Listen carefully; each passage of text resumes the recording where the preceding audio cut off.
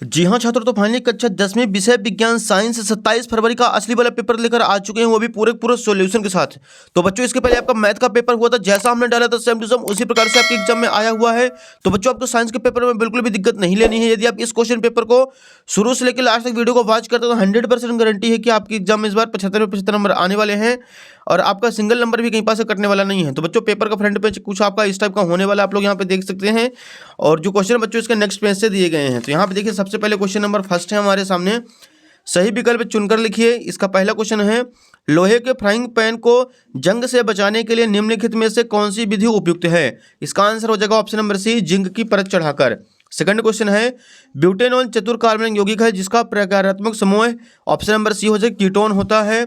तीसरा प्रश्न है, पायरुवेट के विखंडन से यह कार्बन डाइऑक्साइड जल तथा ऊर्जा देता है, यह क्रिया होती है। इसका आंसर करना है ऑप्शन नंबर बी, माइटोकॉन्ड्रिया में। क्वेश्चन नंबर 4 है, दो तंत्रिका कोशिका के मध्य खाली स्थान को क्या कहते हैं? इसका आंसर हो जाएगा सिनेप्स, ऑप्शन नंबर बी। पांचवा प्रश्न है, Fe2O3 + 2Al tense to Al2O3 + Fe ऊपर कौन सी अभिक्रिया दी गई है? तो इसका आंसर करेंगे ऑप्शन नंबर डी, विस्थापन अभिक्रिया।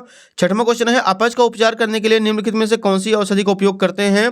इसका आंसर करना है ऑप्शन नंबर सी, एंटासिड। तो बच्चों यहाँ पे क्वेश्चन नंबर फर्स्ट अपना पूरा कंप्लीट हो चुका है। क्वेश्चन नंबर सेकंड के लिए मूव करते हैं नेक्स्ट पेज पर। यहाँ पे देखिए सेकंड नंबर क्वेश्चन है, इसका फर्स्ट नंबर दिया गया है, लघु पतन के समय परिपथ में विद्युत धारा का मान बढ़ जाता है। सेकंड नंबर है, हमारे द्वारा उत्पादित कचरे का निपटान एक गंभीर पर्यावरणीय समस्या है। तीसरा क्वेश्चन है, सामान्य दृष्टि के वयस्क के लिए स्पष्ट दृष्टि की न्यूनतम दूरी 25 सेंटीमीटर होती है। प्रश्न 4 है, प्रकाश के प्रकीर्णन के कारण आकाश का रंग नीला प्रतीत होता है। पांचवा क्वेश्चन, विद्युत शक्ति का एसआई मात्रक वाट होता है। और छठवां है, विभवांतर की माप एक यंत्र द्वारा की जाती है जिसे वोल्ट मीटर कहते हैं। तो बच्चों यहाँ पे क्वेश्चन नंबर सेकंड जो था अपना फिल इन द ब्लैंक्स वो भी पूरा कंप्लीट हो चुका है। इसका भी आप लोग स्क्रीनशॉट ले लीजिए। क्वेश्चन नंबर थर्ड के लिए मूव करते हैं अगले पेज पर। तीसरा क्वेश्चन है, सत्य असत्य कथन लिखिए। पहला प्रश्न है इसका, वे पदार्थ जो जैविक प्रक्रम द्वारा अपघटित हो जाते हैं अजैव निम्नीकरण कहलाते हैं। इसका आंसर करना है असत्य। दूसरा है, डीएनए का पूरा नाम डीऑक्सी न्यूक्लिक अम्ल होता है। इसका आंसर हो जाएगा बच्चों सत्य। तीसरा है, हाइड्रा को कई टुकड़ों में काट दिया जाए तथा प्रत्येक टुकड़ा विकसित होकर एक पूर्ण जीव का निर्माण करता है, इसे पुनरुत्थान भवन कहते हैं, यह हो जाएगा सत्य। चौथा है, ऊष्माक्षेपी रासायनिक अभिक्रिया में ऊष्मा का अवशोषण होता है, यह हो जाएगा असत्य। पांचवा है, दो चुंबकीय क्षेत्रकाएं एक दूसरे को प्रतिच्छेद करती हैं, यह भी हो जाएगा असत्य।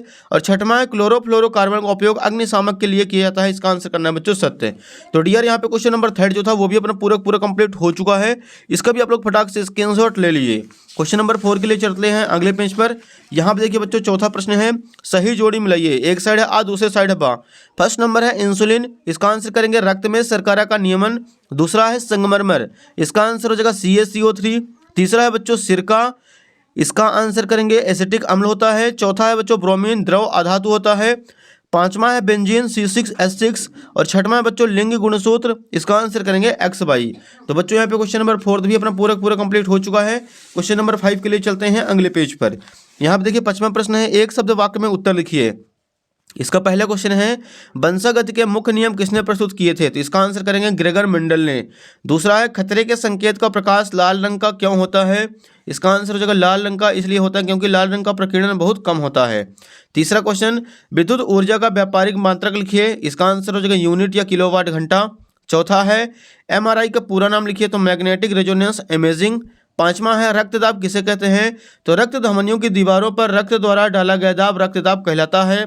छठवां है, पादपों के तने की वृद्धि में सहायक हार्मोन का नाम लिखिए। तो इसका आंसर हो जाएगा बच्चों जिब्रेलिन। नेक्स्ट क्वेश्चन नंबर पांचवा देखिए, प्रकाश संश्लेषण की क्रियाविधि का केवल रासायनिक समीकरण लिखिए। तो ये रहा बच्चों उत्तर क्रमांक 5 का आंसर। प्रकाश संश्लेषण की क्रियाविधि का केवल रासायनिक समीकरण 6CO2 + 6H2O, सूर्य का प्रकाश और क्लोरोफिल की उपस्थिति में। तो यहाँ पे जाएगा C6H12O6 + 6CO2, ये हो जाएगा क्वेश्चन नंबर 5 का राइट आंसर। क्वेश्चन नंबर 6 देखिए, पुनरुत्थान भवन किसे कहते हैं? परिभाषित कीजिए। इसका आंसर लिखेंगे, शरीर के नवनिर्माण की वह शक्ति जिसके अंतर्गत शरीर के टूट जाने पर उसकी मरम्मत हो जाती है और प्रत्येक टुकड़ा पूर्ण होकर एक नया जीव बनाता है, इसे पुनरुत्थान भवन या पुनर्जनन कहलाता है। ये हो जाएगा क्वेश्चन नंबर 6 का आंसर। क्वेश्चन नंबर 7 देखिए डियर, मनुष्य में गुणसूत्रों की संख्या कितनी होती है? महिला एवं पुरुष में गुणसूत्रों में क्या अंतर है? इसका आंसर लिखेंगे 7वें का, मनुष्य में गुणसूत्रों की संख्या 23 जोड़ी होती है। महिला एवं पुरुष में 22 जोड़े गुणसूत्र तो समान होते हैं, लेकिन 23वां जोड़ा गुणसूत्र लिंग गुणसूत्र होता है, जो महिला में XX एवं पुरुष में XY होता है। ये हो जाएगा डियर क्वेश्चन नंबर 7 का राइट आंसर। अगले क्वेश्चन के लिए मूव करते हैं बच्चों अगले पेज पर। यहाँ पे देखिए बच्चों क्वेश्चन नंबर 8वां है हमारे सामने, दो उत्तल लेंस किसे कहते हैं। 13 बच्चों 8वें का आंसर यहाँ पे लिखेंगे, वह प्रकाशिक लेंस जिसके दोनों तल उत्तल हों दो उत्तल लेंस कहलाता है। क्वेश्चन नंबर 9वां देखिए, जब कोई प्रकाश किरण सघन माध्यम से विरल माध्यम में प्रवेश करती है तब क्या होता है। इसका आंसर यहाँ पे लिखना है, जब कोई प्रकाश किरण सघन माध्यम से विरल माध्यम में प्रवेश करती है तब अपवर्तन के बाद वह प्रकाश किरण अविलंब से दूर हट जाती है। ये हो जाएगा बच्चों क्वेश्चन नंबर 9 का राइट आंसर। क्वेश्चन नंबर 10वां देखिए डियर, विद्युत धारा को परिभाषित कीजिए, इसका एसआई मात्रक क्या है। इसका आंसर यहाँ पे लिखेंगे, विद्युत धारा किसी चालक के किसी परिच्छेद से आवेश प्रवाह की दर को विद्युत धारा कहते हैं। इसका एसआई मात्रक एम्पियर और इसका संकेत ए होता है। ये हो जाएगा बच्चों क्वेश्चन नंबर 10वें का राइट आंसर।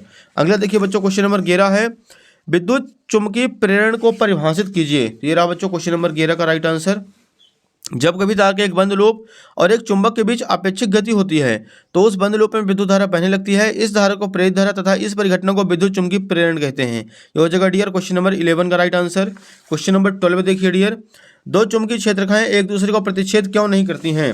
इसका आंसर यहाँ पे लिखेंगे, दो चुंबकीय क्षेत्ररेखाएं अगर परस्पर प्रतिच्छेद करेंगी तो प्रतिच्छेद बिंदु पर क्षेत्र की तीव्रता की दो दिशाएं होंगी जो कि असंभव होता है। ये हो जाएगा क्वेश्चन नंबर 12 का आंसर। क्वेश्चन नंबर 13 नंबर के लिए चलते हैं अगले पेज पर। यहाँ पे देखिए बच्चों 13वां क्वेश्चन है, किसी एक पारिस्थितिक तंत्र की आहार श्रृंखला को विभिन्न पोषी स्तर के प्राणियों के केवल नाम लिखिए।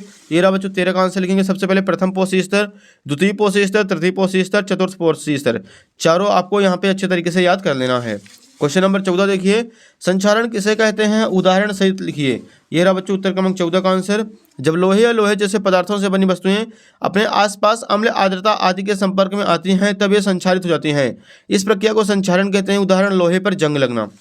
क्वेश्चन नंबर 15 देखिए, आघात वर्धनीयता एवं तन्यता का अर्थ लिखिए। तो यहाँ पर लिखेंगे बच्चों, आघात वर्धनीयता धातुओं का वह गुण जिसके कारण वे पीटने पर चादर की तरह फैल जाती हैं, आघात वर्धनीयता कहलाती हैं।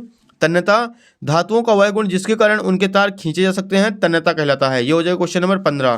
क्वेश्चन नंबर 16 देखिए डियर, संतृप्त एवं असंतृप्त कार्बन यौगिकों का केवल एक एक उदाहरण लिखिए। यहाँ पे उत्तर क्रमांक 16 है हमारे सामने। संतृप्त कार्बन यौगिक एथेन C2H6, असंतृप्त कार्बन यौगिक एथीन C2H4। क्वेश्चन नंबर 16 भी कंप्लीट। क्वेश्चन नंबर 17 देखिए, वर्ण विक्षेपण किसे कहते हैं, चित्र द्वारा समझाइए। ये रहा 17 का आंसर लिखेंगे। वर्ण विक्षेपण जब कोई प्रकाश किरण किसी प्रिज्म में से होकर गुजरती है तो वह अपने 7 अवयवी रंगों में विभक्त हो जाती है। इस परिघटना को वर्ण विक्षेपण कहते हैं। वर्ण विक्षेपण का चित्र आप लोग यहाँ पे देख लीजिए, VIBG/OR। बेबी और आपको इसके ट्रिक याद कर लेनी है। क्वेश्चन नंबर 18 देखिए डियर, अपक्षेपण क्रिया किसे कहते हैं, एक उदाहरण लिखिए।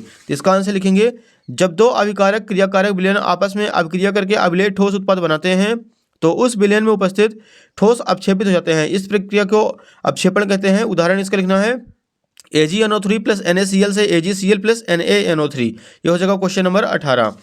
अगला क्वेश्चन देखिए डियर, क्वेश्चन नंबर 19 जो है अगले पेज पर दिया गया है। यहाँ पे देखिए क्वेश्चन नंबर 19 बच्चों, मानव मस्तिष्क की कोई 3 कार्य लिखिए। तो ये रहा बच्चों क्वेश्चन नंबर 19 का आंसर। विभिन्न ज्ञानेंद्रियों के कार्यों का समन्वय एवं नियंत्रण करना। दूसरा पॉइंट, बुद्धि विचार स्मृति एवं मनोभावों का प्रमुख केंद्र मस्तिष्क है।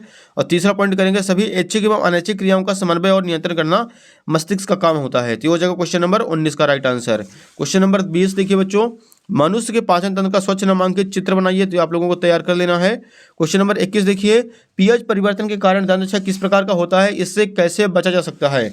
ये रहा क्वेश्चन नंबर 21 का राइट आंसर। पीएच परिवर्तन के कारण दंतक्षय, उदासीन पीएच स्तर 7.0 होता है। जब मुंह का पीएच स्तर 3.5 से नीचे गिरने लगता है तो दंतक्षय होने लगता है।